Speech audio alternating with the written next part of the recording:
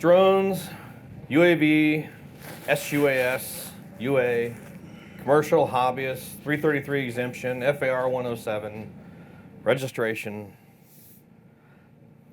What do they all mean? That's what we're going to go through today, because right now, whenever you open up your web browser, you look at the news, you're hearing all of these names and these titles being thrown by you. We are going to talk about these and shed some light on all of them. Now, one thing to understand from the outset here is there is a lot of information to give. We have roughly a couple hours to do it. We're going to give you the highlights as best we can. As she said, if something's not covered, you have a new question, please feel free to ask at the end. We will go through the questions, but there's a lot of information, so we're going to give you high level and all the salient points, so everything you need to know to get started on your quest. But even after this is over, you're free to ask us here, or afterwards you can contact us directly and be happy to assist with help understanding greater depth. So we're going to highlight generally about who we are, UAV operations today, UAV and the FAA, why are they involved? Section 333, what is it? Beyond the 333 exemption, because there is a whole world of stuff after that. What are we going to do there? And then we're going to do safety, operations, and tips. So I am going to cover the regulatory side of this. I'm going to cover the business aspects, the how do you get yourself as a company, as an operator, prepared? How do you do this thing legally, keep yourself safe? And then Parker is going to come in and talk about some of the practical application sides of this and the safety tips, the operational guidelines as well. So I'm Grady Boyce, the owner of SkyGen Aviation. Our principal partner is a gentleman named John McGraw, who was former Deputy Director of Flight Standards in the FAA before he retired.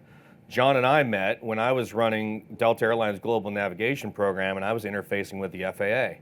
We came out of those jobs at roughly the same time, have linked up on the outside world in consulting and started working on UAVs a couple of years back. It was our partnership that was part of the first Section 333s that were granted. There was a group of 6 and the 7th that were added that were a lot of movie production companies that wanted to use these on a commercial basis.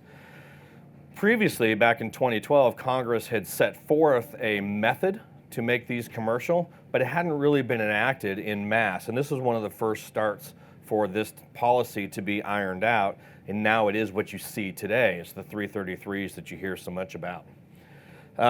We do aerospace as well, flight procedure stuff all over the world. We've consulted on UAVs from Canada down to the Caribbean and all through the US. So we're bringing a lot of that information in today. Our clients on this side have been large. We've had very large insurance companies, universities, all the way down to the individual operator. And what I'm going to talk to you about today is applicable to all of it. It's applicable to your large insurance companies. It's applicable to you as an individual operator. So this is, there aren't various segments depending on business size. It's one rule to cover what kind of operation. We'll go into those operations here in just a sec. All right, UAV today. UAVs in the news and the types of operations. So here we are. We open up the web browser and this is what you end up seeing. Drones cause a sheriff helicopter to avoid collision. We got the interference of California wildfires. You guys hear about that? Yeah, so that, and then they got a shoot to kill, basically, an order in place after that. The number of drone sightings by airports have increased dramatically. LAX, where I'm based, is a big one. It's had a lot of complaints. Kennedy, of all places, is seeing them as well. These are rapidly on the rise over the last couple of years. Drones, register now. That's what the FAA says. And there's, wait, don't register, depending on your perspective. The American Modelers Association is saying don't do it yet. So there's conflict there. And also Section 333, FAR Part 107, what do these mean? What rules, what controls, what is what? So we're gonna highlight those. These are all the things you're seeing in the news. I tell you what you don't see when you open up your web browser, you open up CNN, is you don't see today Parker went out and shot for the city of Poughkeepsie safely. That's good. That's not where you want to be, is in the news. You want to be operating safely, and we're gonna help get you there. So these are the types of activities today that UAVs are being used for. You have movie and television operations production. It is replacing many of the traditional aspects of production and filming. The booms are being replaced. There's a movement to try to see if UAVs can be used in place of helicopters, not yet approved, but there's an effort to make that happen. To do this, it's a subset of commercial operations where you have to have your own separate movie production television operations manual. That's why I have it in quotes there. It's called an MPTOM. If you want to do this as an operator, you have to have one of those manuals outlining how you will do that particular operation. Agriculture. I'm sure you've heard that a majority of the profits or the business that's going to happen over the next decade have been in agriculture. There are a number of uses from crop scouting to something called NDVI, which is a way to break down the visible light spectrum and the infrared spectrum and measure a crop's health before the crop ever changes in the face of it. So if I look at a green plant, I can tell you if that's healthy or stressed, where all you're going to see is green, by measuring the IR side of this. So there's a huge boom right now in the ag side. Infrastructure inspections are huge. Right now to do, let's say, solar or flare stack inspections cost upwards $500,000 easy to inspect one flare stack. What you have to do is you have to shut it down, cool it off, put people on it, climb up there, take your pictures, come down, do the analysis, looks good, turn it back on. Or you can take a UAV with a camera that can zoom, and you can do that from a distance while the flare stack is active. The savings are substantial. But that's one example of where UAVs are being used successfully. Inventory management. It is possible to fly UAVs in your truck field if you're working logistics. What trucks do we have out in the farm today? What cattle do you have roaming around? You can do this with a UAV and an RFID. You can go out and fly and get an inventory management, whereas before you might have relied on somebody to go out and count for you. So it's a faster and a more reliable process. FLIR, infrared, LiDAR, huge applications for UAV.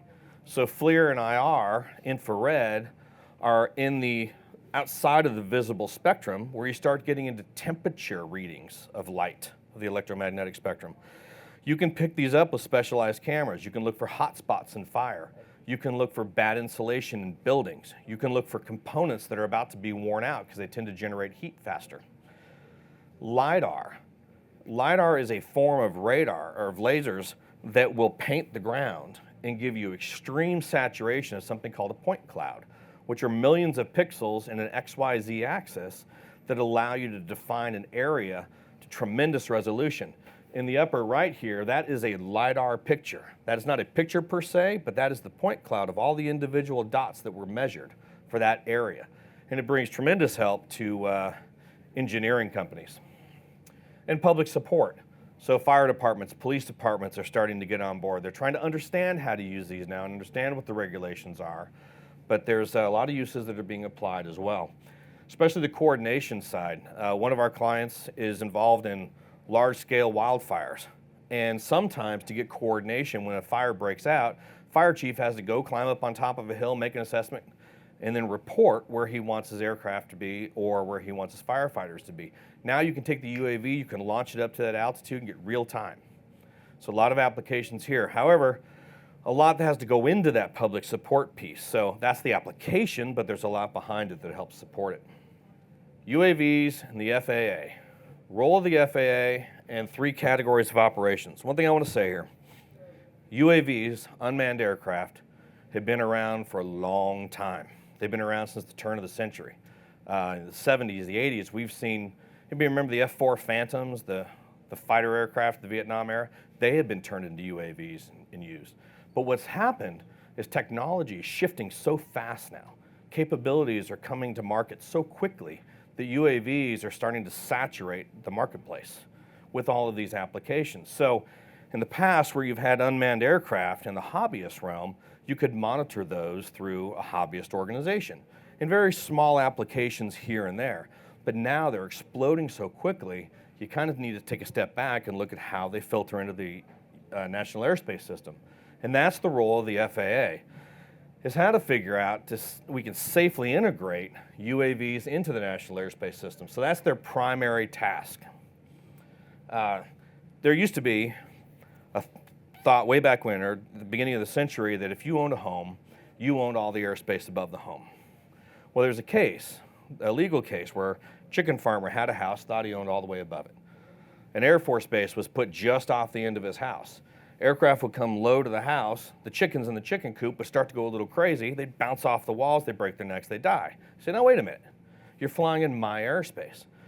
It was really a pivotal case in the National Airspace System because it was the first determination that no, you don't in fact own that airspace above your property. That is regulated elsewhere. At the time, there wasn't an FAA, but it has since evolved into the FAA's job. So that airspace is their principal authority. They also have the jurisdiction over the UAS regulations. Unmanned aircraft systems, unmanned aircraft vehicles, UAS, UAVs, kind of synonymous terms depending on where you go. So if you see both those terms, they roughly mean the same thing.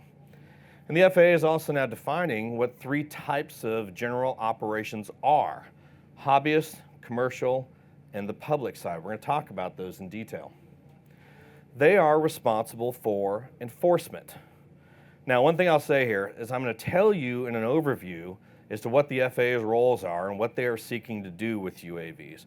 I am not debating the finer points of whether they have the authority to enforce or how they do it or what penalties they can impose. That right now is out in the legal world and is best left there. I'm just providing you a message of kind of where things are today because there's a debate. Does the FAA have the ability to do some enforcement going on right now? But it's a bit beyond the scope of what we're talking about. So they can take some actions against those who conduct unauthorized UAS operations or operate in a fashion that endangers the safety of the NAS. The NAS, N-A-S, is National Airspace System. It's the whole thing. So it's your airspace over Kennedy, it's your airspace over your house, it's the whole thing. That's what the National Airspace System is. So they can take that enforcement action. The tools are warning notices, letters of correction, and civil penalties. Anybody heard of the most recent civil penalty out of Chicago that was announced last year? Yeah, $1.9 million.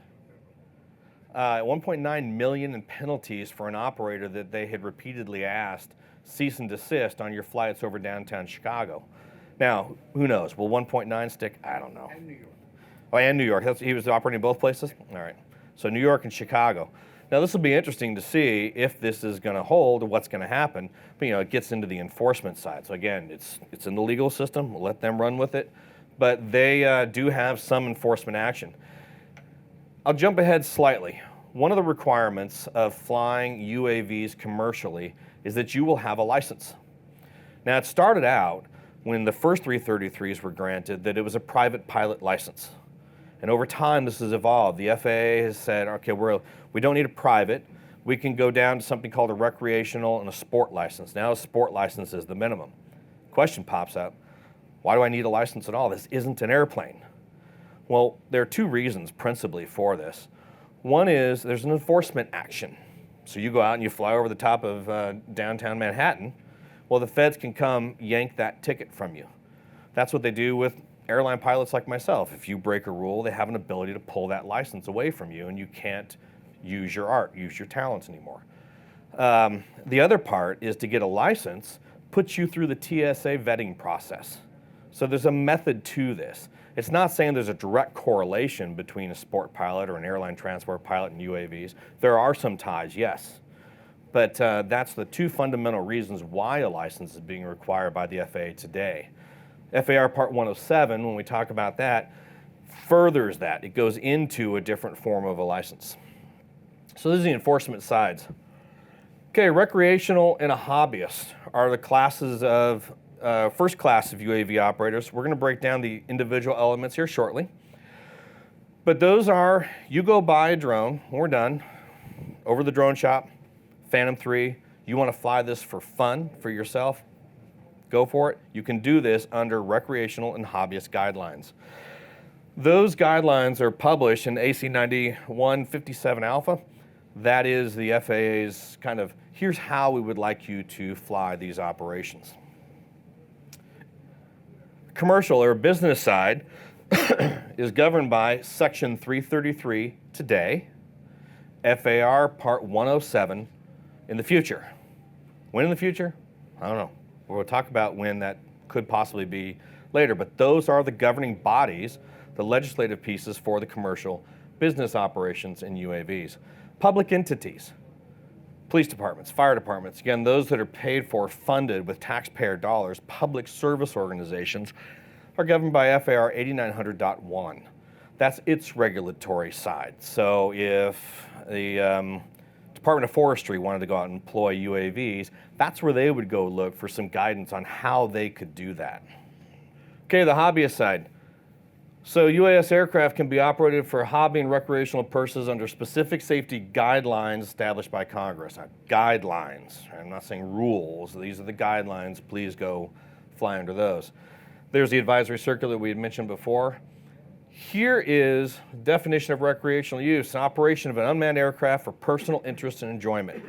Let's talk about this because this is highly important. And there's a gray area here, and I want to define that. I want to take the gray out and draw the line. So, aerial imaging, videography for personal use. You go out to the Finger Lakes and you want to do some photography this weekend. You can do that if it's for you. I'm going to film this, I'm going to put it in my family video, I'm going to send it out in the Christmas card, I'm going to do whatever. This is for my recreation, this is for my hobby. Period, dot, end of story. That's recreational hobby. Now, I do the same thing. I go out to the Finger Lakes, say I'm going to do this filming, and I have the footage. Man, this is really cool. I'm going to sell it. You have just walked out of the hobbyist recreational side and into the commercial operation. That action is illegal. Cannot do that. One of the other jobs I have is I'm the chairman for the FAA safety team in San Diego County. And we look at the education and outreach as our principal goal. And we see some kinds of operations come in because people ask questions, can I do this, can I not do this? We get this. I am a recreational hobby guy. I am gonna go film my uncle's construction business. And I'm gonna give him the video footage after this so he can have a chronology of the build. Is that hobbyist or commercial? That is a commercial operation. It is being done for the profit and advancement of a business.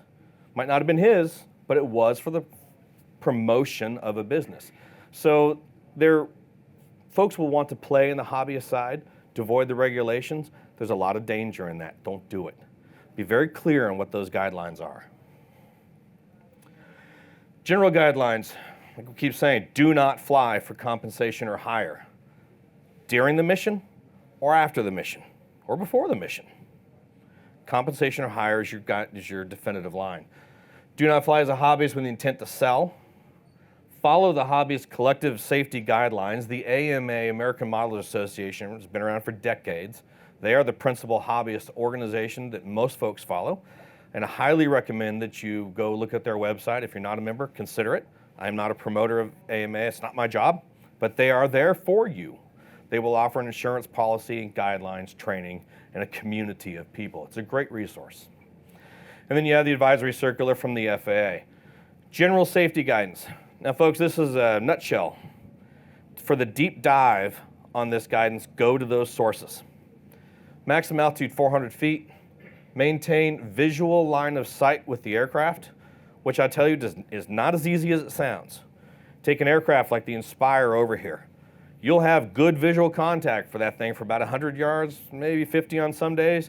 Beyond that, you have a spec line of sight. It gets smaller and smaller and your depth perception goes away. So visual line of sight is, you'll see these things advertised, hey, my aircraft can fly 2 kilometers. Well, that's really great. You are not gonna see it for 2 kilometers. So maintain visual line of sight, and that will change by the day, by the circumstances, by the weather. So be cognizant of that as well. Recommended to use a visual observer. Visual observer is a partner that is not flying the airplane that helps you maintain sight of the aircraft. Because invariably what you will do is you'll be flying, you'll look at the airplane, you may take a step and you'll look down. Now where'd that airplane go? Your VO helps you with that. So it's your additional safety piece. The FAA will require a VO today, but you can have that under the hobbyist side. It's recommended to do so. Always remain well clear of manned aircraft. You see one in the vicinity, land. Now I'm not talking the Delta jet going over 350, 35,000 feet. We're talking the ones that are in proximity of your operation. Helicopters, gliders, these types of things.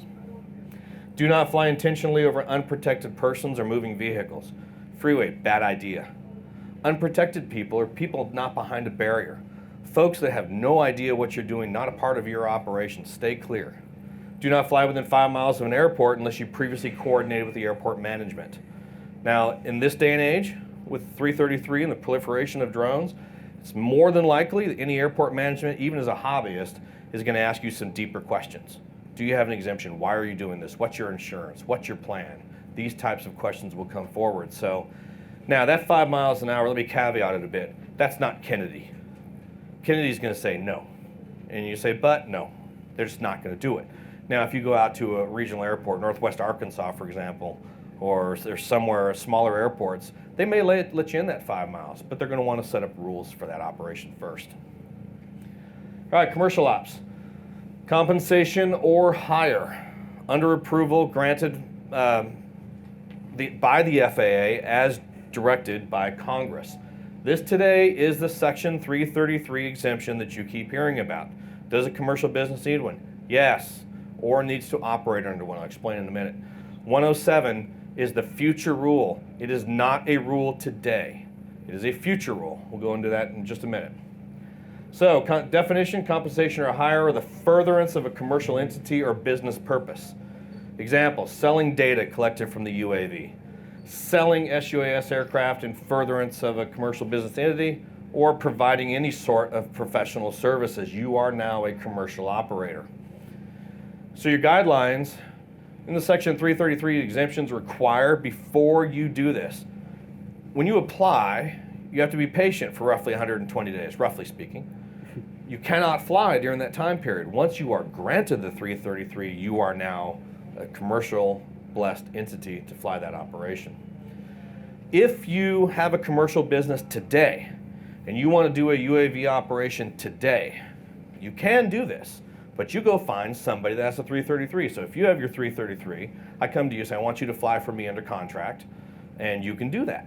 You follow the guidelines of what your 333 are. We'll talk about some of those in a minute. And you can conduct that operation. So a business can do it if contracting with a 333 exemption holder. And then also always follow the conditions and limitations. And there are a bunch. There are about 31-ish. It varies in number sometimes when you get a grant, but there are a number of conditions and limitations that will be provided to you by the FAA in that exemption process. Public ops. So UAS aircraft may be operated for publicly funded organizations under provisions of a certificate of authorization. That's traditionally how it has been done. It's called a COA. Certificate of authorization has been the historical means by which you fly UAVs in the National Airspace System prior to what we've seen in the last couple of years. It is possible for the National Forestry Department, let's say I keep picking on them, but if they want to do an operation, don't want to go through the COA, you have a 333, they can hire you to do that job. There's a way to do that. There's a way to do it for fixed wing aircraft and UAS aircraft. So that mechanism is provided for in FAA 8900.1. That's the rough guidelines for those, and you can find out the nuances of that particular operation. So we mentioned this before, public entities, publicly funded, university, wildlife, game, State Department of Transportation, law enforcement, so on and so forth. So that's the governmental side of this. All right, here we go. So let's dive into the area that really concerns you guys. If you want to do a commercial op, and that's the 333 process. What is its purpose? How do you go through the process of acquiring one, and what one looks like? So this picture we have here is regulations.gov. That is the website by which all 333 requests are submitted to the FAA. They go into regulations.gov. That office processes them, gives you a tracking number, and they post it to the federal docket. When it hits the federal docket, the FAA picks it up and they review your package for approval. After a certain amount of time, you get your approval, and we move on. I'll discuss that in a sec. In this process, it's incumbent upon you to show that your aircraft operation will not adversely affect public safety. If you apply for a 333 to go fly gliders down Las Vegas Strip, isn't a chance that that's going to be approved. But if you're going to do it out in an agriculture field in the middle of Idaho, good, you're not affecting public safety. Or if people are involved or around you, what are you going to do to mitigate that? So you have to be able to show that. the request for deviations from FAR. So right now, the Federal Aviation Regulations is a whole series of rules that govern manned aircraft. Now, many of these are no way applicable to UAVs. For example, carriage of manuals on board an aircraft. Where are you going to put the manuals on this thing? SD card taped to it? It's not going to work. So what you do is you get a waiver to that. And you say the PIC and the visual observer will at all times have the manuals in proximity of their operation. All right, so that gets a way of carrying them on the aircraft. And there are other rules of this sort. There's a rule for fuel that you need to carry a 45-minute reserve. Well, these aircraft can't fly for 45 minutes. What do? Well, then your reserve goes into a percentage of flight time. So these are amendments to the FARs that have to happen. And you have to state your case why you think you meet that and what you want exemption from. Then you need to decide what kind of operations you are going to conduct. When this first started, there were a boatload of different operations. And so if you wanted to do roofing, you would tell the FAA, I want to do roofing, this is why it's safe, this is how I'm going to conduct the operation, so on and so forth. But now they've seen enough of these, there are only two kinds of exemptions. And if you go to get your exemption, get one of the two or both. Aerial data collection. And what is that? That's what it sounds like. It's every piece of data that you collect from the air. LiDAR, agriculture, RGB imagery. These types of things from any of these aircraft, that's aerial data collection. The second piece is closed set filming. That's the movie production companies. And what we're really talking about here is a proximity to people and objects. The closed set filming requires you to have a movie production and television operations manual, an MPTOM. If that MPTOM says, I'm going to get this close to you and I'm safe, because here's what I'm going to do. You knew about it, you signed waivers, I have safety procedures in place. So we are safer than the operation that didn't have that and was just flying under a general purpose aerial data collection.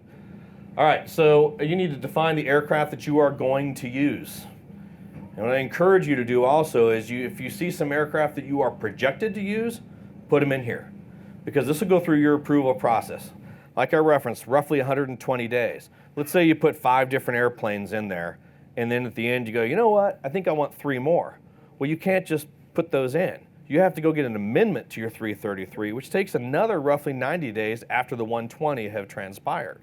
We just mentioned here, the aircraft will be defined in the exemption letter. You need to gather documentation, how your operation will be conducted, how the aircraft will be operated, and if you are asking for closed set exemption, if you are asking for the closer proximities, you will need an MPTOM. You will need a movie television production manual to grant that. Otherwise, the FAA will not grant you that piece. Here are some factors to consider. There are more, but these are the big ones. Maximum weight typically is 55 pounds. You can make requests for larger. Such requests will possibly, most probably, delay your application as it has to be individually considered. Flight time and reserves.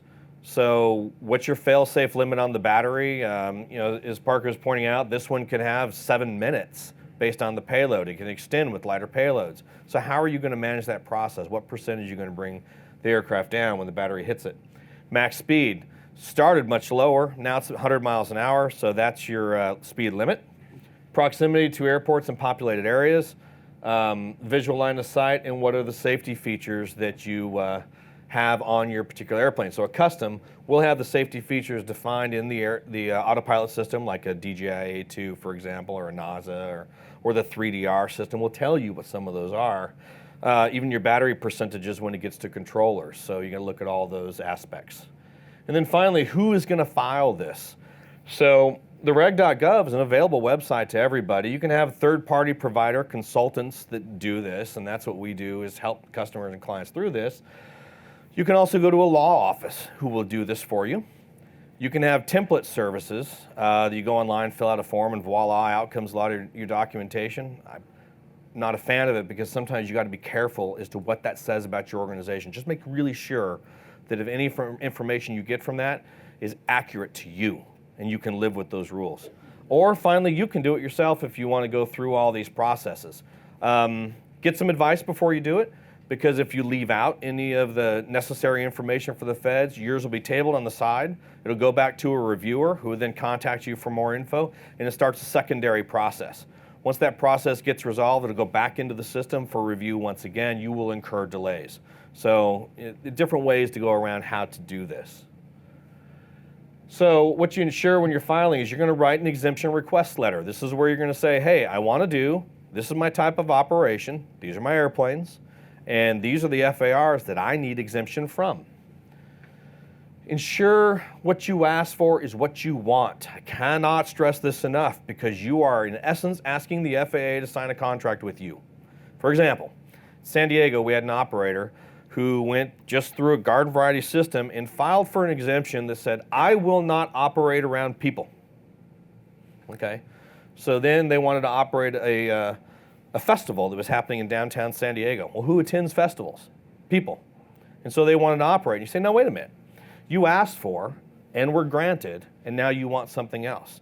So you are not granted permission to operate around people. Just be careful what you ask for. It's like any contract, because you'll get it, or you may get it, and then you're bound by it. Then what do? You have to go through the amendment process, the writing process, and then 90 days of submission, and so on and so forth. So save yourself the pain. All right, filing through the reg.gov website. Ensure the documentation is filed confidentially. There is a way to do this.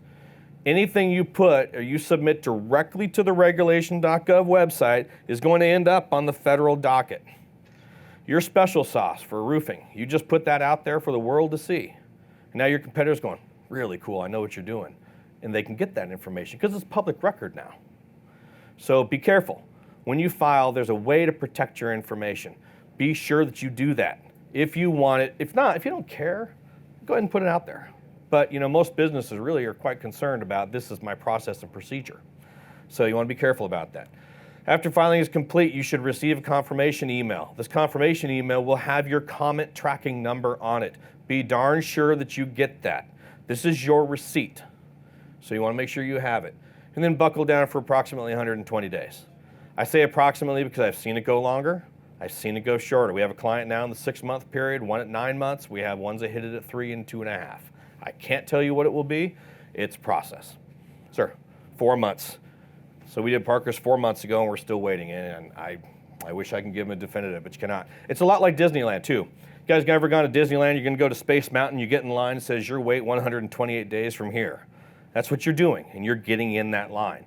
So if you're going to file one, get it in, because you will be processed behind everybody else. So that's the filing aspect of it.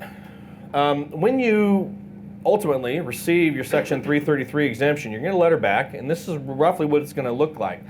It's going to have an exemption number, which is basically your license number under the 333 process. It's going to have a regulatory docket number that is what came in on your comment sheet when you filed. So remember, keep that receipt with you. It'll have your name and address. And it'll have a summary of the findings. So they will lay this out and say, okay, on this particular date, you filed for this and did this, and it'll lay out what they found. They'll then go into the basis for their decision. So we have made a decision, here's how we have founded that decision, and here's what the decision is. And in this particular case, it's a grant. And then they will get into a section called conditions and limitations. I want to be really clear on something. The conditions and limitations that come through on a 333 may not be exactly the same as what you filed. So you will see conflict, possibly. And what you need to do when you get this, you need to look at these conditions and look at your documentation for your organization and make sure they mesh. Change yours to match this, because this rules. And one of the conditions and limitations in here, there are roughly about 31, number varies occasionally. There's one that says, if there's any conflicting documentation at all, this document rules. So I would advise you to make changes based on that. Here are some of the exemptions and conditions. Some of them, they change over time. Like, for example, it was private pilot always to begin with, and then it went down in licenses, so they changed, so you always got to read them. Aircraft max weight, closed set filming, is it approved or not? Remember, that's that MPTOM. Did you file one? Did they approve it? If so, they'll grant you that. Max speeds, what are max altitudes? Visual line of sight, always maintain. What does visual line of sight mean? It does not mean that I take my Celestron 10-inch telescope and track you. It means that I can see you. What is the role of the visual observer? What are the basic pilot and command requirements? The sport pilot license is a baseline. The medical aspect of it to it. Currency aspects. You must operate within the conditions and limitations statement. The maintenance of the airplane. Anybody ever heard of something called a functional test flight? Okay, not many people have heard of it. A functional test flight is when you take an airplane like this and say a speed controller went bad and you replace the speed controller, can you go fly immediately for commercial ops? No. You've got to swap that thing out. We have a 6-flight rule after repair. We take it up 6 times before we clear it for production use. So if any part gets fixed, we go up and we check that and we put it through 6 batteries before we check it as good. That is a functional test flight. It is a non-commercial flight testing the maintenance that was just performed on the aircraft. And somebody signs off and says, yep, good to go. Now you return it back to commercial service. So it'll lay that out for you. Proximities from airports, what are they? What are your operational buffers? How far must you stay away from vehicles, people? And if you want to go within those distances, 500 feet, then you got to put them behind what? Protective barriers and other methods like this. It'll be laid out in the exemption. Your abort and right-of-way basics to manned aircraft. And if a non-participating person runs through your barrier, gets out on the field, like the guys in the football fields, and so what do? You abort. You land the airplane immediately. Accident or incident requirements. If you get in an accident, you're calling the NTSB. So these will be laid out in that document for you. So that's the 333. So many folks who get the 333 go, woohoo, I'm ready to go. Well, kind of. So we're going to talk about a little bit of what comes beyond on the back side of this. Let me just hit one of the more interesting ones real quick. I didn't have a slide for it, but we'll just talk about it. I had the question before we started here. Insurance. Is insurance required to operate under a 333? The answer is no. Feds are not going to require you to have insurance. All right, from a practical perspective, is insurance required to operate under 333? Oh, heck yes. Now, what applies for insurance? Some folks will believe that, well, my homeowner's insurance will cover this. There's no way a homeowner's insurance is going to cover an aviation commercial operation. No way. So don't go under that understanding. There are a number of insurance companies out there. Some will have an application process. It's very fundamental, fog a mirror, and you're good. Others will ask a lot of questions about your operation, which gives me a warmer feeling. But they will insure not just the hull, but give you umbrella insurance, blanket policies. So let's just say this hull crashes today. This prop breaks and smacks you. Am I covered? So those types of things I have to look at from an insurance perspective. I hold commercial business insurance. I hold commercial UAV operations insurance. I hold hull insurance. I have workers' comp. I have vehicle insurance. When I work on closed sets, I require at least $2 million on most sets. It's just a factor. So, and that's $2 million per occurrence. So I have to have, I probably spend anywhere between about $3,000 a year on insurance. That's just an expense I have to pay because I can't get hired without it. It's the first thing they ask for is your insurance documents. Without them, you can't get work. So not required, but practically really required. Good idea. All right, so I'm going to highlight here COA's Part 107, registration, and other legislations, and then we're going to get over to Parker's going to drive some of the safety aspects of this. COA, Certificate of Authorization, what is it? Tell you what it is not. It is not a Section 333 exemption. A COA is used for public entities, for state organizations that want to operate UAVs. It's also certainly they grant you your Section 333 and they say, you are going to fly, you have a blanket COA of 200 feet. Everything below 200 feet, have a good time. But you want to go to 300 today. You need a certificate of authorization that's going to allow you to come up to that level. If there's a condition or limitation that is tying your hands for a particular operation, you can apply for a certificate of authorization to not sidestep the rule, but mitigate the rule with other conditions that you put in place, safety conditions. So that's some of the uses that you would see for a general COA. So they approve organizations and entities for UAS operations. They denote a particular purpose, an aircraft, a particular area, and they specify a time frame on this thing. So there's an online process, a multi-page form that you'll fill out. You get it granted, but it's very specific. So again, back to careful what you ask for. be real clear when you operate this. So a COA is not a 333, but it is something that you can use in the course of your business. And when you get your 333 these days, the FAA gives you what's called a blanket COA, which means any operation from the ground level to 200 feet, have fun. Before that wasn't in place, but now it is. Rumors of it going higher, but rumors only. So we'll see if that changes in time. FAR Part 107. The Federal Aviation Regulations are sectioned out into parts. Part 107 is going to be the UAV rule.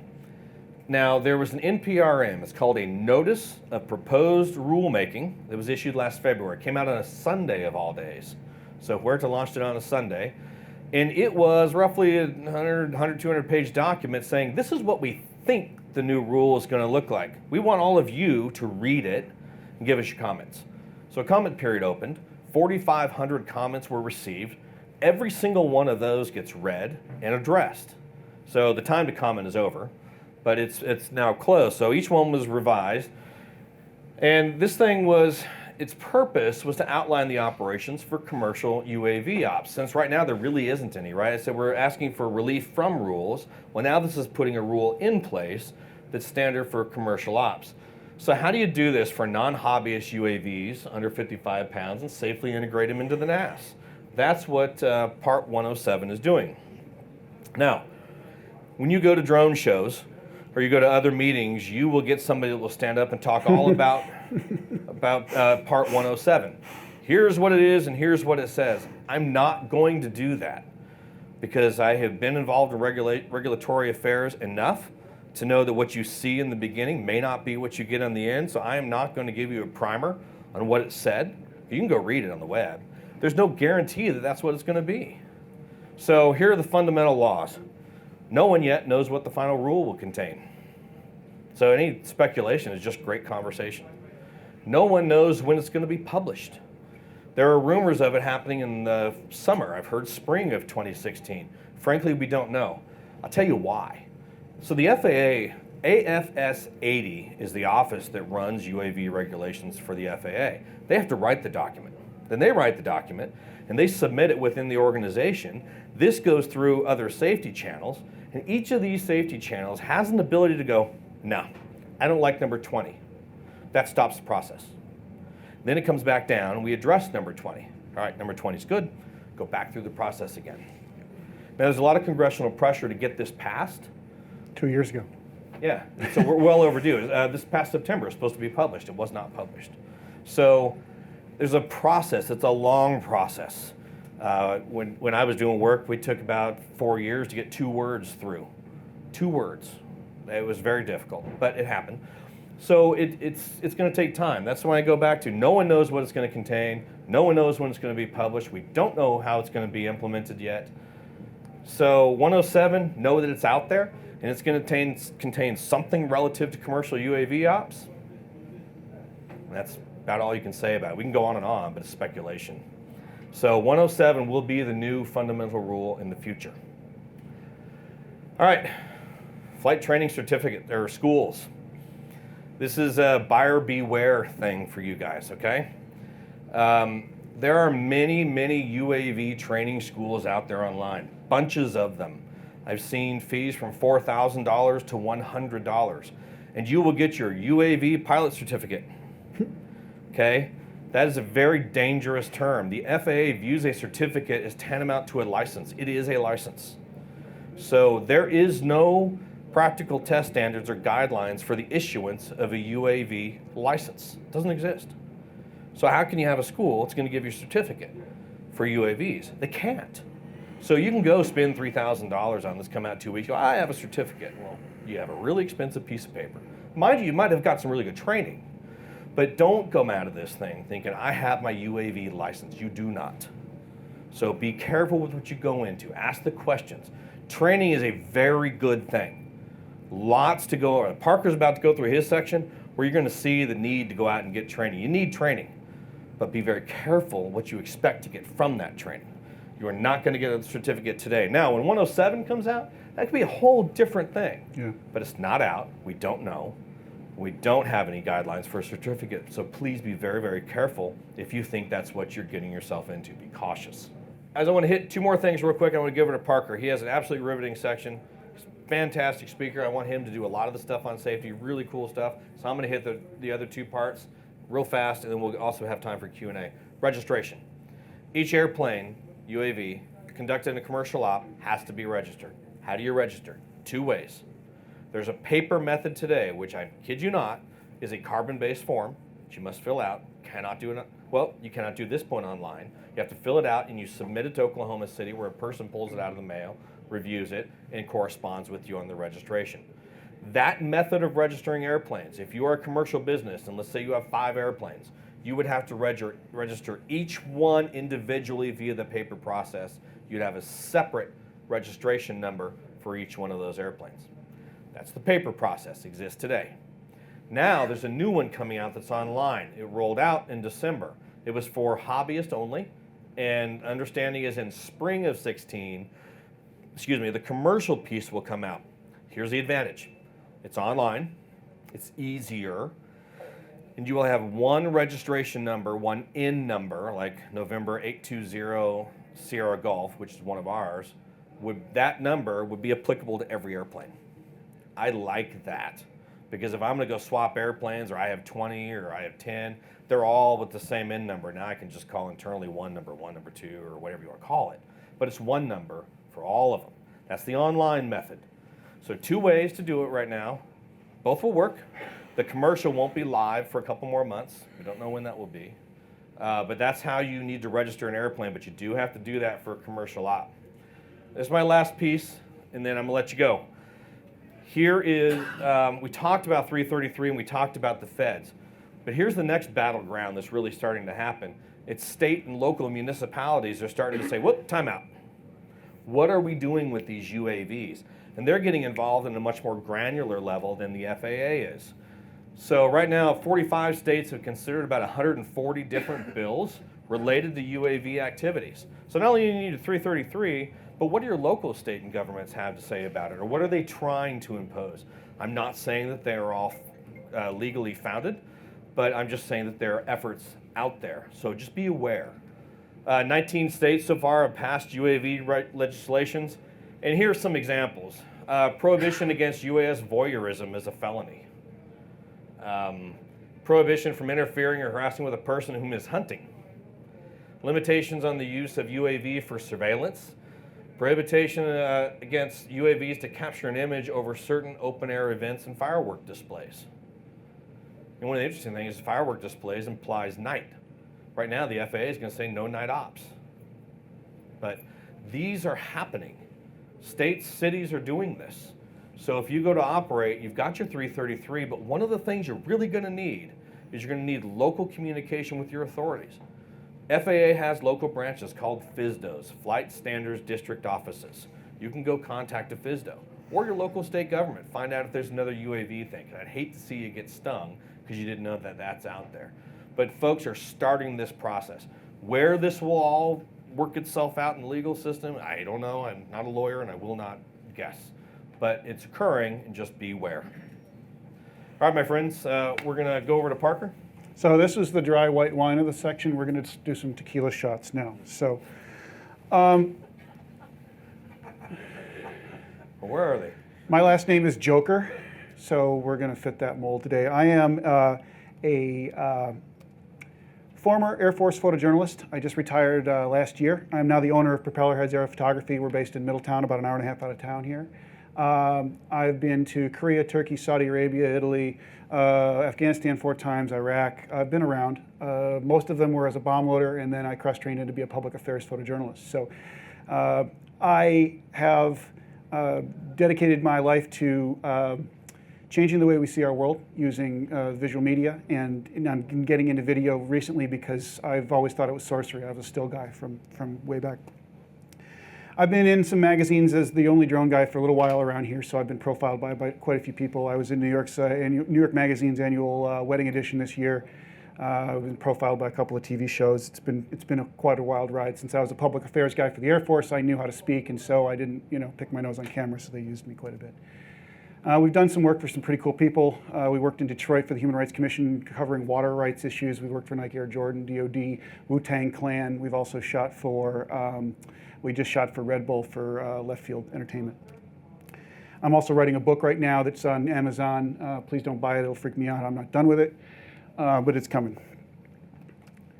I'm also on the board of directors for the Professional Society of Drone Journalists. If you guys are thinking of using UAVs for news gathering or even want to further the conversation about their use, please consider joining the PSDJ. It's free, and it's a community of about 600 people in a number of different countries around the world that are trying to highlight the use of this technology for peaceful uses that will expand our information about the world we live in. So I'm going to go into advantages, disadvantages of modern multicopters. I'm going to go into some safety rules. I'm going to go over some rules that I've learned the hard way. Quite a few of them are tailored to, I do a lot of speeches to military photojournalists to teach them how to do this art, to bring this into their toolbox. So there's quite a bit of humor in this, and we use a lot of, hey, these are simple things to remember. For those of you who are pilots in the room or who own multicopters, a lot of you guys are going to know a lot of these rules. My job is to, after Grady scares you, is for me to say, hey, this is still really cool. There's a lot of, I still think it's worth all the effort we put into it. I realize that my life is about to become paperwork hell. It's still worth everything we do. When I can rise up and get a shot, it's totally worth it. To hire a helicopter is thousands of dollars. You have to file, you have to get a lot of people online. You're never going to get as low and as close as you really want to get. And it's loud, it's scary, it's expensive, it's dangerous. Vehicle size, I can transport this thing in a trunk. I mean, everything in the Inspire fits in this one box. I can ship it, I can put it on a plane as one suitcase and get it off. As opposed to this drone, this heavy lift system, which takes, this is one box, the batteries are another box, the radios are a box, the camera and the gimbal is a box. That gets expensive fast. And then if one doesn't show up, the whole system's inert. Ease and autonomy, the new flight systems from DJI and 3DR are amazing. They provide a lot of pilot workload relief for you. They can provide you moving maps. They can provide you with height and distance limiting. They have full camera controls on the ground. I have to set the camera on this and pray when we take off. A lot of this is personal skill to imagine what I'm going to encounter when I get up in the air. And I have quite good stabilization. This is a Ronin M that I actually bought from here. It's an amazing gimbal, but it is a dumb camera. I can trigger the camera and that's it. So I either put it in auto, and we all know how well auto always works. We like to control our cameras as visual imagers. So you get what you get, and sometimes it isn't always what you intended. Now, I can see the image, but I can't control it once I get it up there. I can frame it, I can shoot it. With the Inspire and the DJI Phantom 3, and with some of the, I don't really know if the Solo allows you to do it, but I know you can control it. I think it's just got a GoPro equivalent. I can change every function on a camera in the air instantly. White balance, ISO, I can pull focus. I have a focus controller if I need to. I can run thermal. I can just module up a thermal camera. It is an amazing system that's taken a lot of fear and stress out of this. As this thing gets higher, the pucker factor goes up exponentially. That I really don't worry about. I just go, oh, we're flying. Oh, now it's over here. I know exactly where it is, and I can see it. It's got an HD downlink. This is terror with a capital T. It sounds like hornets in a blender. It's just really scary. And as the guy who built it and flies it, it still scares me sometimes. I like arming it and watching everybody in the crowd go. They all step back one step. And that's when you just go, yeah, that's mine. I'm in control of that. So there's a lot of people like me out there that are passionate about this. They had to learn to be nerds before this thing came out. So we had to build this on our own. So there's a lot of failure in our lives about how to make it work right and how to tune it to what we need to do with it. And your success was really based on your tenacity and your ability to accept failure and overcome it and keep going. Because there is no book out there. There's a bunch of people on the internet that may have the same system, but most likely Cantina, it's a hive of scum and villainy sometimes. You don't really want to go online if you can avoid it. So that they're out there. And so I'm going to cover this later. You're going to want to get a mentor and a buddy so that you guys can both learn off each other's mistakes and you'll learn twice as fast. It also gives you someone to raise your bar against. And it seems to really help. Pictures are really easy to capture. Point the camera in the right direction, trigger the shot, that's it. It's going to be at the moment you take the picture, it's going to work or it's not. So getting an imager into a position where you can see something you've never even imagined before is relatively simple. You can do it for $500 with a system that can lift an older Phantom. You can buy used for $300, $400 with a transmitter and batteries and everything, and you can put a GoPro on the bottom of it. It doesn't even have to be on a gimbal. Put it on time lapse, throw it up in the air and pray, move it around a little bit so you can get a good spread, and then come down and see what you got. Bam, you're an instant photographer. This is for hobbyist use. I'm going to cover this as from the range of being a hobbyist. Okay, we know what it's going to take to get commercial, but everybody in this community that I know that loves it started out as a hobbyist. It's that simple. You know, we like to pick on guys who own Phantoms, but it's a perfect rig right now. I call it the gateway drug to awesome. For $1,000, you can get HD 4K video stabilized with the best gimbal available on the planet right now, and you can be out the door and be flying this afternoon. Does that mean you're safe to fly this afternoon? Probably not. So you probably want to buy an Inspire, probably want to buy a Phantom, and you want to buy a Blade Nano QX, so $99, something where if you hit the cat doesn't lose a limb, because you're going to hit the cat. Personal experience here. Modular expandable technology. If you're building your own stuff, it's relatively inexpensive. Once you learn the fundamentals of motors, speed controllers, flight controllers, batteries, and how to wait to get it sitting down on landing gear, you can scale that up from a tiny little tricopter to a multicopter of whatever size your bonkers brain can come up with.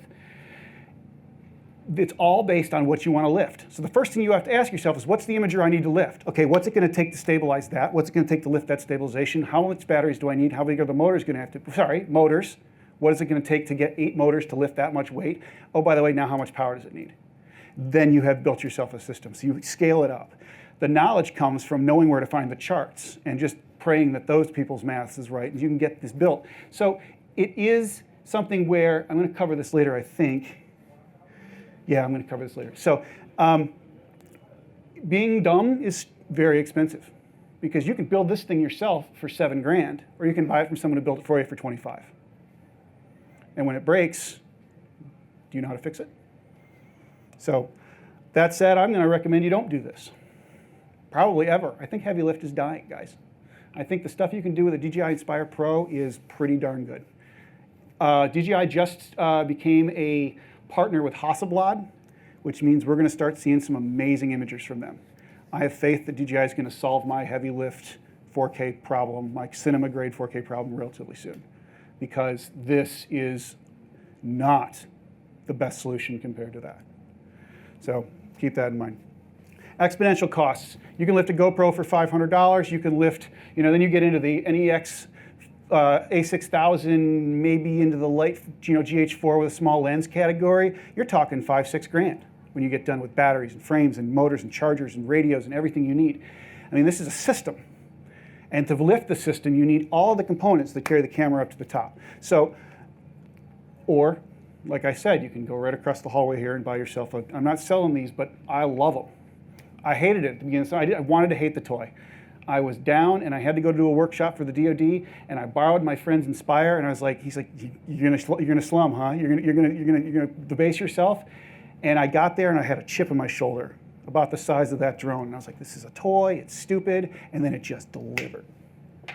And none of the images needed to be none of the video needed to be post-processed, none of the flight characteristics were uncoordinated or untoward. It just was happy to be up in the air. It was quiet. It didn't freak out the horses we were shooting. Everything about it was just one box. It was ready to go on the plane. I was just like, all right, I don't hate it anymore. And then I began to love it. And I ended up flying over 700 missions with it over the summer. I never gave it back to the guy I bought it from him. So while lifting a camera is easy, stabilizing it for usable video is really freaking hard because it can't blink. It can't wobble, it can't shimmy, it can't shake, it can't jerk. It just has to be right the entire shot. So to get that right, to get all of the angels singing on the head of the pin at the same time, is sometimes more than most people can tolerate when they're on a production schedule. So you're going to want to spend money on things that work right the first time. A Movi or a Ronin or a Zenmoose gimbal or something along those lines. I keep naming, except for the Movi, I keep naming DJI products, but DJI started out making Volkswagens, the Bug. Now they're making Passats and CCs. They're making beautiful, highly engineered, beautiful pieces of hardware. They started out making trashy cars. They had a reputation that was well-deserved for crappy quality. This stuff is incredible. High-end multicopters are essentially bipolar divas covered in carbon fiber machetes. This will kill you. Full stop. You have got to respect the crazy. There are 15 systems on this, from the UHF radios to the flight controllers to the fail-safe systems to all the speed controllers and the power routing to the landing gears to the gimbals to all of the things that make this thing work. The GPS and the compass and the accelerometer and the gyroscopes and all this stuff has got to be in synergy. And it's all got to go, okay, we're going to fly it. Until one of them goes, and then everything stops. And you don't crash, you just don't take off. Deciphering the crazy is important. Understanding your equipment is important. Knowing why you did what you did when you built it is important. Having a common fundamental set of rules to design a vehicle that's safe and redundant is important. Huge. On your training days, you need to be practicing emergency procedures. We just lost downlink, all right? That means I don't know my battery anymore. Immediate land. We just lost an engine. Is it a quadcopter? If it's a quadcopter, it's going to go into eat its own face mode and it's coming down. You've got less than a second and a half at about 180 feet. And it's going to, you can have a plan. You're not going to have time to follow it. But on something like this with redundancy, every noise above 100 feet is a brown noise. So you're going to have a plan for when that thing starts to shimmy or shriek or shake, or it sounds like it's wobbling or chitter, and you're like, all right, that's not a good noise. I know enough to know that it's time to land. So you need to have an abort location. You need to have a ditch place. So you need to know, if I can't bring the aircraft back, that's the trees I'm going to ditch it in. You're going to brief people. If I call emergency, this field needs to be cleared. And that becomes your camera operator's job immediately, to clear the landing zone and to call it, because you're going to be eyes on the vehicle the entire time. You're not going to take your eyes off the vehicle. So your job is to not impede safety by never taking your eyes off the vehicle. You task manage your workload, and I'm going to cross into this, but you task manage your workload with your crew so that your crew can help you do, okay, you're going to go battery. He's going to go 14.4. Got it. Thank you. And I'm not going to have to look down and call my batteries. He's my eyes and ears. You need to learn a lot of new skills to do this, okay? Piloting is the easy part. These aircraft pretty much fly themselves. It's the dirty secret about drone pilots, is these things are really easy to fly these days, okay? You have to be a public relations guy. You've got to be a photographer. You've got to be a videographer. You've got to be a little bit of a producer. You've got to be able to run a team. You've got to be a safety expert. You've got to be an airline. You've got to be a pilot. You have to be an airspace guy. All of these things have got to come together. I'm going to cover this a little later. But one of the most important parts of my job is not flying; it's public relations. There's a out of 100% of the people, 10% are going to be positive, 80% are going to be neutral to what? To 10% are going to be negative. You're never going to fix the negative, and you don't have to worry about the positive. But 80% of the people who walk up to you while you got this thing sitting on a sidewalk, and go, "What is that?" and you go, "Hey, hey, check this out." You show the picture to their kids, and hey, watch this. This is really cool. It's got all these sensors. And this is really cool. Look how safe it is. And by the time they walk away, they think this is an amazing piece of technology that's going to improve their world, because it is. If they walk away thinking that you're spying on them, if they walk away thinking that you're rude, that you're just a filthy drone pilot, that you're going to endanger somebody, you've lost. And so I've lost. So the next time they're going to come up to me, and I'm going to go, "Whoa, whoa, who broke you? Whoa, whoa, who broke you?" Please don't break people. Being dumb is very expensive. Ignorance is expensive. If you don't know how to fix your stuff, you're going to spend a lot more money on purchasing it, fixing it, flying it. Buy small training rigs. Never, ever, ever, ever, ever practice on your production rig, because you break the ability to make money to buy more practice rigs, because you're going to crash, okay?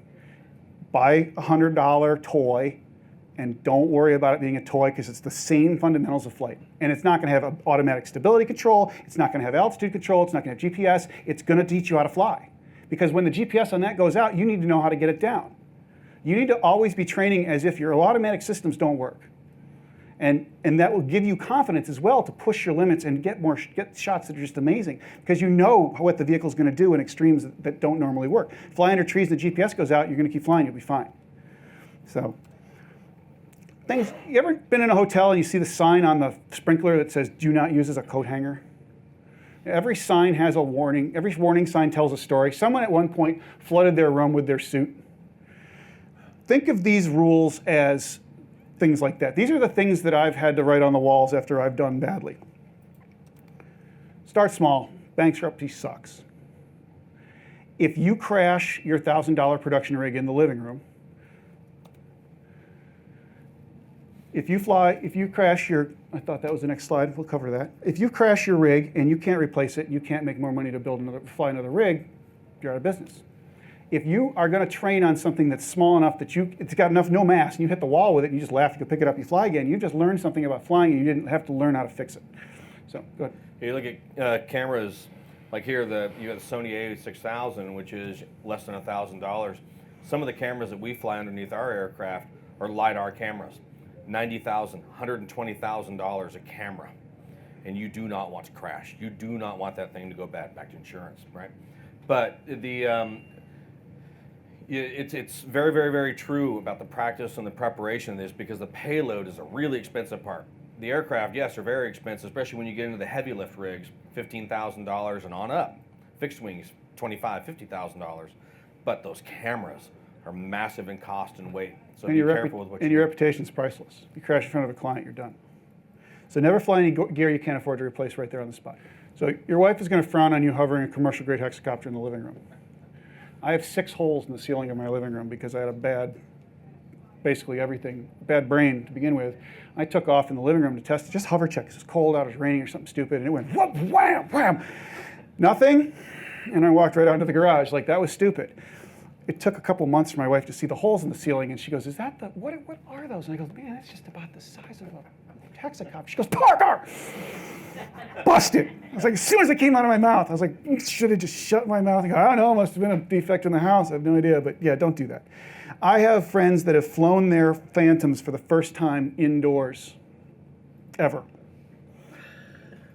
It ended about as well as you thought. One guy ended up with needing to replace a picture, and the other one ended up having to have his thumb stitched up. Because it came right at him, and he decided real quick, hand or face. And he did that. He took it right in the thumb. He's a relatively successful photographer who's done national level work, and he was told by me before he did it not to do it. You learn. Batteries work until they don't. Have a plan to land at about 80% of your capacity. All right. It's safer and easier and cheaper to get another battery, get more batteries, have an abundance of batteries, and just replace it. If you're at 50% and you're just about to think, well, should we do another shot? Just land. Use the 50% battery for stuff that's going to be low level, 10, 15 feet. So if you do have a battery alarm, you just settle in and land. If you're 100 feet up and you're at 50%, you need to be shooting and finishing and landing, because you're going to use that battery for something else. You can always put a battery back on if it's got a little bit of power back in it. But the further away you get, the more power you need to get home. Because it's going to take time to descend, it's going to take time to fly back, and you're not going to be flying at the speed of heat on a set. You're going to be moving at a deliberate pace. So always have an abundance of extra time. Okay? Just build that into your batteries. High voltages are happy times. Okay? Depth perception decreases with distance. If you tell yourself, I wonder if I'm going to clear that tree, you're not going to clear the tree. Every warning tells a story. Trust me on this. 90% of a tree's volume is air. You have to really respect that other 10%. Treat trees like SAM sites, that if you get near them, they're going to shoot you down. You need to nick one blade, 2 blades on this, 1 blade on that, and that's going to come down. Just avoid it. Light, thin stuff you'll cut through, but if it's big enough for you to worry about at distance, you're going to hit the heavy branch and you're going to come down, you're going to break your drone. All right, this is a story. I was in Rome, New York, flying in a hangar, demonstrating the safety features of this aircraft well before the 333 process was out there. This is a long time ago, it's about 3 years ago. And I said, this thing is really cool. I had a NASA controller. I can put a 10-meter circle on it, and I can never exceed that circle. Watch this. And I arm it up, and I fly it, and I bounce to the side of the circle. And then the GPS, which was indoors, rehomed, got a new signal, and thought it was outside the hangar. And that 10-meter circle moved. And the drone tried to fly into the center of the circle, right through the wall of the hangar in front of the FAA evaluator. Bad day. At which point I scooped it up, threw it in the car, and went, never mind. It was a bad day. But GPS is not an indoor feature. If you guys do not know how to fly on ADDI, do not fly indoors on ADDI. That said, if you're flying indoors, your insurer is going to need to know about it. They will give you an endorsement for that. It's going to come after an establishment of your safety practices. Also, indoor flying is actually quite easy because in ADDI, there's nothing pushing it around. There's no guidance moving it around, and there's no wind pushing it around, and there's no ambient air pressure changes. It's really stable air, and it tends to be very controlled flight. It's like an air hockey puck. You put in the angle, and you just let it glide. So indoor flying for me is actually quite nice, and it sounds really badass. It's something this loud is bouncing off the walls, and it scares the neighbors. And there's no one else in the room either, so you should be clearing the space, have it empty for just the pilot and crew, so that there's no innocent bystanders in the space. So it tends to be just you in that room and a drone that just sounds really badass. So it's a good day if you know how to do it. Never fly anywhere that's going to get you put on Fox News or Nancy Grace. You are a news gatherer, not someone in the news. If you are that guy, you're on the wrong side of the camera, you probably screwed up, okay? If you're flying on a scene where you shouldn't be, don't fly. If you're flying on a place that's got an incident commander and you haven't talked to that incident commander, don't be flying there. If you don't have permission, if you don't have paperwork, don't do it. I'm a member of the Professional Society, I'm a board member of the Professional Society of Drone Journalists, and I have not once flown a single news site because I don't have the proper paperwork yet to walk into a site and say, before the event starts, like a month before I go to the volunteer fire department and the police station, go, here's who I am, this is what I'd like to do. If you see me out there, this is my rules, and this is what I'd like to do. When's your next exercise so I can come out and fly it so that you and I can learn each other's procedures? Now, as a member of the military, I'm aware of the National Incident System and how it works and who's in charge, and I know who to talk to in those situations. That's part of my military training. I get asked a lot, how do I get to do what I do? And I tell them, you have to do everything I did up to this point. You have to be a photographer. You got to be a nerd. You got to be unable to accept your own failures. You've got to go into this with the mindset, this is what I want to do, and this is what I believe in, this is what I want to make a difference in my life and other people's lives. If you're going to be the kind of guy who gets told no once and you're going to quit, then wrong line of work. We are writing the book. So you have to be able to use some whiteout every now and then. There's no learning experience that could crash. Anyone who never says he crashes is lying or a coward, and probably both. Crashing is part of flying. It's part of learning. It's part of determining what's good and what isn't. It's part of determining what you can get away with and what you can't. What the aircraft can do and what it won't. How depth perception decreases with distance. How fast it'll turn when it's moving at speed. How hard it'll hit the ground if you screw up. All of these things are things you have to learn so that you can control that aircraft in a sane and safe way while you're flying a production job. 98% of crashes are your fault. These are highly unstable, these are crazy things. But if it's coming down, it's probably something you either built wrong, installed wrong, controlled wrong, set wrong. This is pretty reliable tech. Believe it or not, there's no moving parts on this thing. This is brushless motors, and everything is pretty much digital. So it either is going to work or it isn't. If it doesn't work, you have to ask yourself, well, did it give me a quirk? If it's acting strange, it's not a quirk, it's a warning. Land. Over 100 feet, every noise is a brown noise. Over 100 feet, anything that doesn't seem right, land.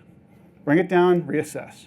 Because it's going to hit the ground a lot less hard at 5 feet than it is at 150 feet.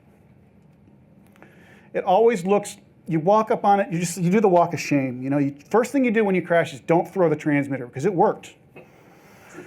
Just put it down, because you're going to want to throw the transmitter. Trust me, you're going to want to throw the transmitter hard. And just think to yourself, it still works. Put it down. And then you do the walk of shame. And it's the slowest, worst walk in the world, and you get up to it, and everyone's quiet because they don't want it, like, no one's laughing, no one's going, oh, they give you your space because you can tell. And it's this broken thing of collapsed carbon fiber and wires, and it just looks like it's just never going to fly again. And then you go look at it for a little longer, and you go, it's just a pipe fitting, and that's just one tube, and frame's in good shape, motor's not bent, and we'll fly this thing again. It's 98% of it, 95% of it's repairable. The rest of it, this is relatively inexpensive. Now, it looks horrible, and you got to wait for the parts to come in from China, but you can fly this thing again. Okay, there are drones that I've, pranged up 2, 3, 4 times. Don't be discouraged by crashes. They're a fact of life. They help you learn. Never fly over people. If you don't fly over people, you can't hit people. Never direct your energy towards people. If you never direct your energy towards someone and you crash or the vehicle shuts off, and we're talking ballistic arcs as well, assume at any point someone's going to pull the plug on it and that vehicle's going to just cease to, it's like cutting a marionette string. It just falls. No, you can have a plan. Flight controller shuts off in flight, it's just going to do the matrix thing and pull the plug on it. It's going to go, no, it just falls, right? So never fly over anything you can get hurt. And then you'll never hurt anyone. It's that simple, okay? Fly 3 mistakes high at first, then higher as you gain skill. When this object is held aloft solely by thrust, there's no lift in this thing. It's not generating lift with a wing. It's just thrust. It's just throwing air down to hold itself up. So if it's upside down and it's got weight plus thrust, it's going to accelerate shockingly fast. You can't fly that high. So just understand that you should never get it beyond a certain angle because things get really bad really fast.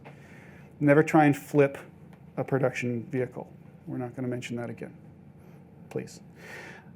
A job site is no time to learn a new trick. You either know it or you don't. Producer comes up to you, director comes up, DP comes up to you and says, we need to fly underneath this tree, around that post, track the truck down the driveway, and then boost up over the hill, and he's going to do about 35 miles an hour. Is that cool? And if you at any point go, then say no. Modify the shot to fit your skill set. Okay? Maybe it's just a track shot.Maybe that'll do the same thing. If you're not comfortable doing an indoor parking garage shoot, don't fly it. It's that simple, because you're going to be doing it in a production environment, in front of people who can hire you next time. You're going to get a reputation for safety if you say no. They'll respect you more for being honest. And it's not the time to be learning something like that. When there's actors and talent and production teams and all this equipment, it's not the time. Okay? Fly safe or stay home. It's that simple. Every single time. On a number of occasions, at least a half a dozen, I have gotten to a job site and gone, nope, I'm not flying. I'm going home. Thanks, guys. You didn't tell me about that or that or that. You want me to fly this parsonage around a church, but you didn't tell me there are wires 3 feet from it, and you want me to shoot pictures of the bricks. Okay, but if there are no wires, maybe I could. No, there's no way for me to bail out. There's nowhere for me to come down. There's, oh, by the way, there's sidewalks that have got people on it around it. No, I'm not flying it. It's not safe. And I asked about this, and you told me this. So it's your responsibility when you take a job to ask them all these things that can be bad. Okay, are you near an airport? No, we're nowhere near an airport. I've learned to check. I don't even ask that question anymore. I just check, because people, A, don't know where their airports are. B, they don't have any concept of flight paths. And you get there and the Cessna roars over the trees. You're like, whoa, no way. Okay? Don't be that guy that ruins it for everybody. Because everyone, who saw the footage of the sports videographer that was shooting the skiing and missed that skier by like a hair? That was the closest I have ever come to seeing somebody get killed with a multi-rotor. And I was sick. I was like, I gotta leave the room. It was just terrifying. That pilot thought he was fine until that vehicle went, nope, it just failed. It came down at the speed of heat. There was nothing alive on that vehicle when it hit the ground. You're doing a shoot and you get it. You're done.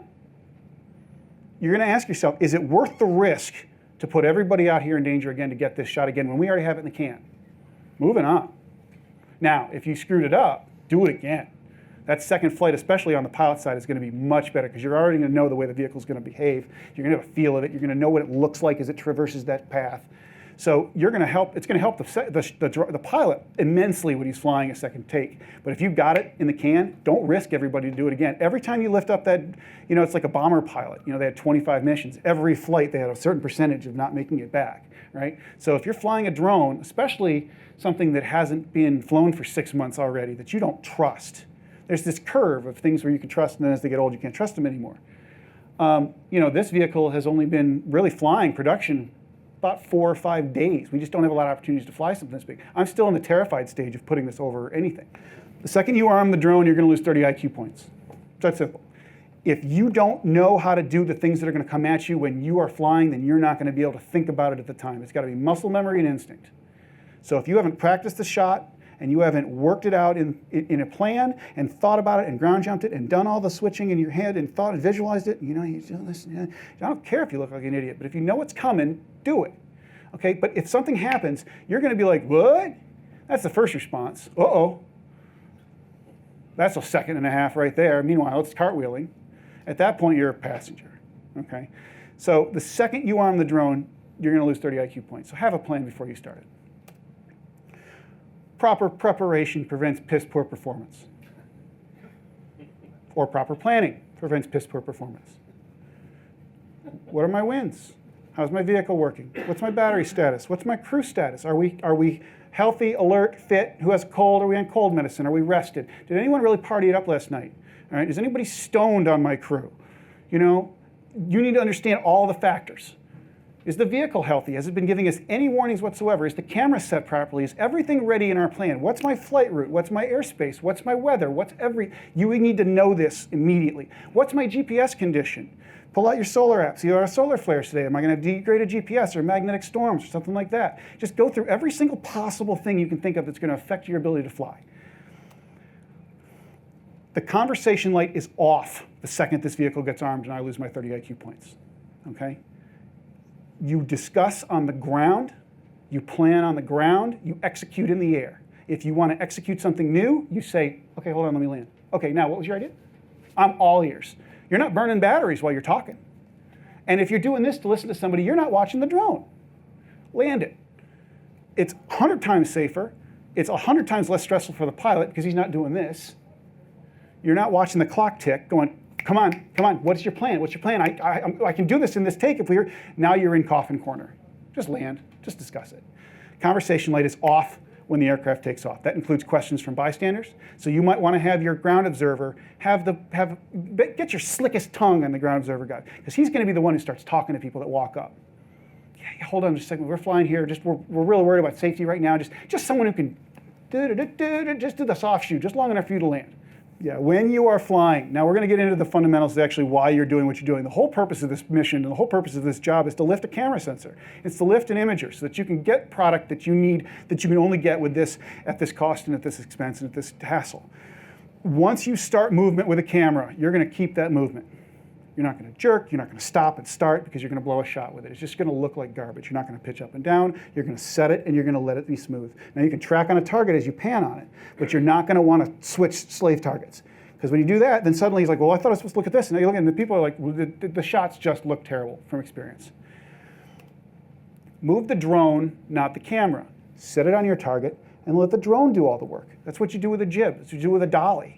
When you're shooting with a dolly, you're not doing this on the dolly. You're sitting it nice and smooth. The whole reason you're using the dolly, it's just a dolly with unlimited track. It's just a jib with the longest arm you've ever known. Okay? Smooth as butter, soft as silk, still as a statue. That goes for the pilot and the camera operator. You want to be a zen, calm, you just want to be as smooth and calm as possible. You want to feel the wind. You want to have the cameraman he needs to know what you're doing. So you're going to talk to him. And we're going up, holding, still, back. And he knows what's coming. So he's already ahead of me. You know, if you've ever heard, it's fascinating. You ever watch a documentary on the Thunderbirds or the Blue Angels? You hear how they ground jump their flights. They talk about it and that the radio calls are doing. That's a really good way of communicating between your crew because he can hear the tone and timbre and the rhythm of your voice and just get what works for if you've been working with this guy for a while, you'll start to understand what, you know, sometimes we just grunt, you know? It works. Find what works to communicate with your crew. Second takes are always worth the effort. I already covered that, okay? Because you're going to be dialed in on it. You're going to be ready. You don't want to fail again. That always is just what brings my game up a little bit. Like, fine, I screwed this up. It's not going to happen again. Sorry about that. One more take. Clear prop, arming, go. Speeding, go. And we'll push you in and we'll do the shot again. And I never blow a second take, so I'm kind of proud of that. I'll screw up first take all the time, but I never blow a second take. Communicate constantly. Share your workload with your crew. I already covered that. Those 30 points you lose, he may be able to pick up. He's working too, but he's not staring at the drone freaking out about hurting somebody. His job is to maintain the camera stability, okay, and function. And I have a cinematographer that went to SVA. That's his job. You know, that's what he does. So I have to trust him to do what he knows what to do. I'm a geek, I'm a nerd. I build things that lift his cameras. That's my job. Once I get to the job site, I hand him a controller and I say, now make magic. Tell me what to do, boss. And this 21-year-old cinematographer is the boss because he has the vision. He's gonna know how to execute our vision. So you have to listen to your experts. Just because you're in pilot and command does not mean that your entire crew, you're not Napoleon, you're a team. Okay, it's very important.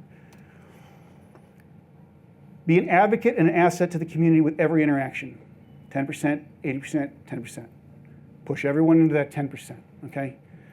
Every time you talk to somebody with a drone at your feet, you can educate them on just the sheer magical potential of this technology, okay? That is important for you to be able to then make the next time and give them a business card. Maybe they'll call you. Hey, we met this guy that does this really cool thing with this. And you know, I've gotten quite a bit of business from just handing out business cards. Be an advocate though, okay? All right, guys. So these used to be called the Wookiee rules. The guys in the Air Force know me as the Shaven Wookiee. So these are the guidelines that I've picked up from the Air Force community of visual communicators that have served us well and that have been used kind of as guidelines, and they've been passed around. And some of these are from Adam Savage and James Cameron, and they're rules that we have found that have really focused our energies on getting everything the way we want it. Every time you show up on a site, you should raise the game of everyone around you. Associate with people scary smart. If you're the smartest person in the room, you're in the wrong room. Find people that scare you, that motivate you, that get you up early in the morning. I got a friend named Sam Morse who is incredibly good. Air Force photographer, drone guy. I built his first drone. Now he's out there kicking my ass. He is scary smart. And he's the one who I get up early to beat every day. Because I love him and I respect him, but he scares me because he's so smart. And he's the kind of people I want to hang out with because I'm trying to compete against people that I really respect. It's better to ask forgiveness than permission, but don't poke skunks. If it feels stupid, don't do it. If it feels like it's worth it, make the assessment, but it's on you. Perfection is a noble goal. 90% looks really good to nearly everybody you'll ever run into. As perfectionists in this field, we know that 10% is going to drive us to distraction. But that 10% is going to take you another 90% of your time. Choose carefully.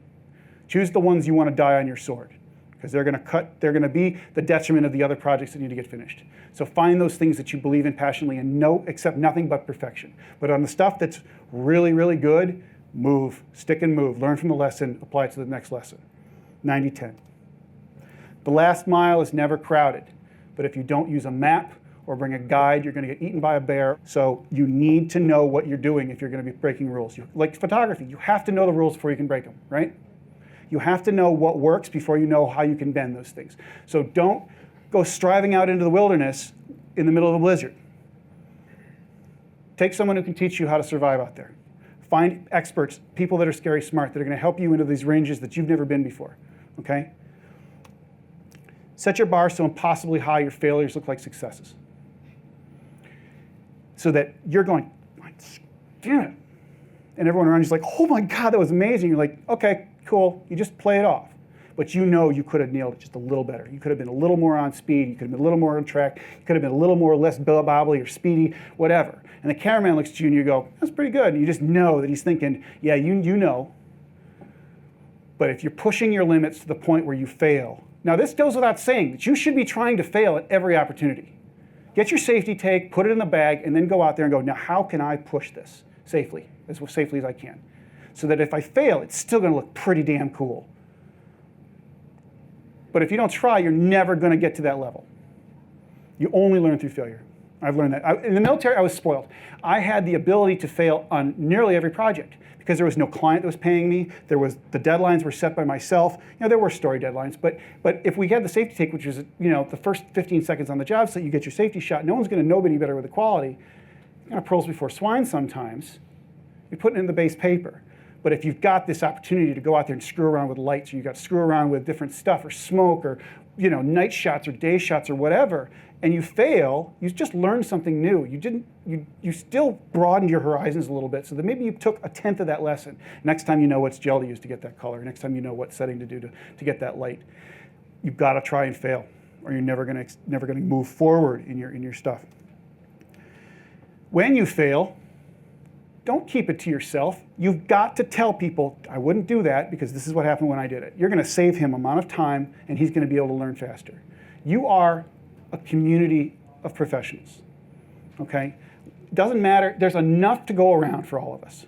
Okay, there's 100,000 cameras in this building, and sooner or later, every one of them is going to go out the door and be in someone's hands. There's plenty of work out there for everybody. If you're good, you're going to be that guy that raises everyone's game, and you're going to make your life a lot easier because everyone is going to understand the quality and the capability of your technology, and they're going to bring more work to you. If you love something and you want to make it better, criticism is incredibly important, right? If you take something to somebody and you say, here's my baby, Smack it. Tell me what's ugly about it, please. The least you can do is listen to them. They know it's important. Giving somebody negative advice, giving somebody negative feedback is really hard. But if someone's asking for it, give it. And if someone's giving it to you, you listen. Apply it to your vision. Use what you can to make yourself better and move on. Doesn't mean you have to do everything they suggest, but some of the things they say are going to have a kernel of truth, and they're going to ring, and you're going to know they're right. Get a second opinion. If two people say the same thing, you change it. Because what you're doing is you're trying to appeal to a populace. If you're the only one who likes something and 3 other people don't, you're howling in the wilderness. Your vision is killer. Your skills are weak. The longer you work, the closer those 2 things get together. Watch Ira Glass on storytelling. It's amazing. It's like a minute and a half. And he talks about that 10,000 hour thing we've all heard, where you've got to practice something long enough for it to become good. You're going to suck at stuff, but you know what you're capable of, and it's going to piss you off, and it's going to just break you down. It's going to make you demoralized. It's going to make you feel terrible about it. Burn through it. The closer you get, the more you'll understand what you need to change. But most people quit right here. When you're building your own drones, there's no option for that. If you're flying stuff that everyone can see, you've got to understand that sooner or later you're going to have a problem. It's okay. You don't know what you need to learn until you try and you fail at it. If you're the ruiner on the team, okay, it's like a 1 to 10 ratio. You can have a 10-person team, and there's one ruiner, that team's going to fail. If you have a ruiner in your team, remove them like a cancer. But you need to be the one who sees a problem and goes, instead of going, wow, that's really screwed up. Whoa, oh, you've got a problem. You're going to go, okay, how do we fix this? Be the solution to the problem. You will bring more value to the team that you are trying to elevate than anyone else, and they will follow your example and they will raise their own game. Deep down, everyone who's doing what they love is going to fear that someone's going to walk up and tap them on the shoulder and say, you're it, you're out, we caught you. I fly RC planes for money, guys. There's no reasonable expectation that I should be able to pay my rent with this. I feel like a fraud sometimes. I'm having too much fun. It happens to everybody. Pretty much everyone who's successful will secretly admit, or admit in an interview, yeah, I can't believe I get away with this. That's when you're happy, okay? Don't worry about it. Everyone feels this way. If you're on something that you love, that you passionately believe in, and you know it's important, and it's scary, because if you fail, it has you wrapped up in it. I feel physically sick if one of my drones is broken. Because I got so much of me wrapped up in this thing, right? Halfway through a project, you're gonna go, this is too much. I bit off way more than I can chew. This is stupid. Why do I always do this? This is gonna fail. They're gonna finally find out I'm a fraud. Guess what? That's when you know you're on the right track. That's when you know you're gone to something special, because no one else has the stones to pull off what you're about to try. Fight through it. Set your failures so high set your goals so high your failures look like successes. Okay? This thing took a little while to get ready. We primed it quite a bit getting it tuned in, but I had to keep working on it. Okay? I at one point thought, why am I spending so much money on this drone? Why am I working so hard to make this such a project when no one's asking for heavy lift? I built it, and 3 days later, someone said, we need you to fly a 10-pound package. Can you fly it? Yes, I can. Just so happens I have heavy lift. She goes, we looked everywhere. No one's flying heavy lift. So you may be vindicated in your decisions. Sometimes you may just have to look in the mirror someday and go, okay, I'm confident with the decisions I made, okay? But halfway through every big job, you're going to find yourself saying, this is stupid, I should stop. That's when you know you're on the right track and keep going. An opportunity is going to come up where you're going to decide that you need to take it or you need to not take it. I have never, ever been disappointed in taking it. You know, they say never volunteer in the military. That's the stupidest advice I've ever received in my entire life. I volunteer for everything. I take every opportunity that comes to me. Either you're going to pass at it or fail at it, but you're not going to know until it's done. Okay? If you think failure sucks, you know, you get that marker of failure on there, right? Okay? You will live with that regret. I could have done this. I could have been something. I could have been there. I could have done anything I wanted. It's if you didn't do it. So just take the chance. Some cops have a sense of humor. Start with humor. approach every single person you meet with happiness and with joy in your life, and they will most likely realize that you're just out there trying to do your job just like they're trying to do theirs. And they will most assuredly try and find ways to help you if you're pleasant to them. There's plenty of success for all of us. I've covered this already. There's plenty of work for us. If you get into this, contact me. I'll help you raise your game. If you get good at this, I'm going to call you up and go, you're kicking ass. What are you doing? You know, where's your insurance from? Or where, you know, there's no secrets in this world. There really shouldn't be. Because it's all a matter of how you do your job when you get called. It's not who's your, there's some people in this community, in every community, that are just, you know, they're really bad about that. They're really ugly about it. They think that it's a zero-sum game, that for them to raise, you must fall. And I don't believe that at all.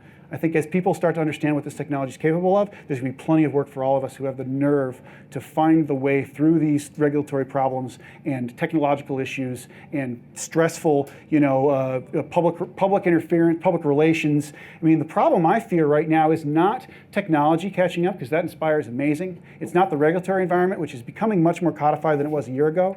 It's becoming the ability to interface with people who watch way too much angry news. And if you can interface with them, you'll do just fine. So, guys, thank you so much for your time. I appreciate it. Whether you're a hobbyist or a professional, B&H has the answers to your questions. Experience a world of technology at our New York City Superstore. Connect with us online or give us a call. Our staff of experts is happy to help.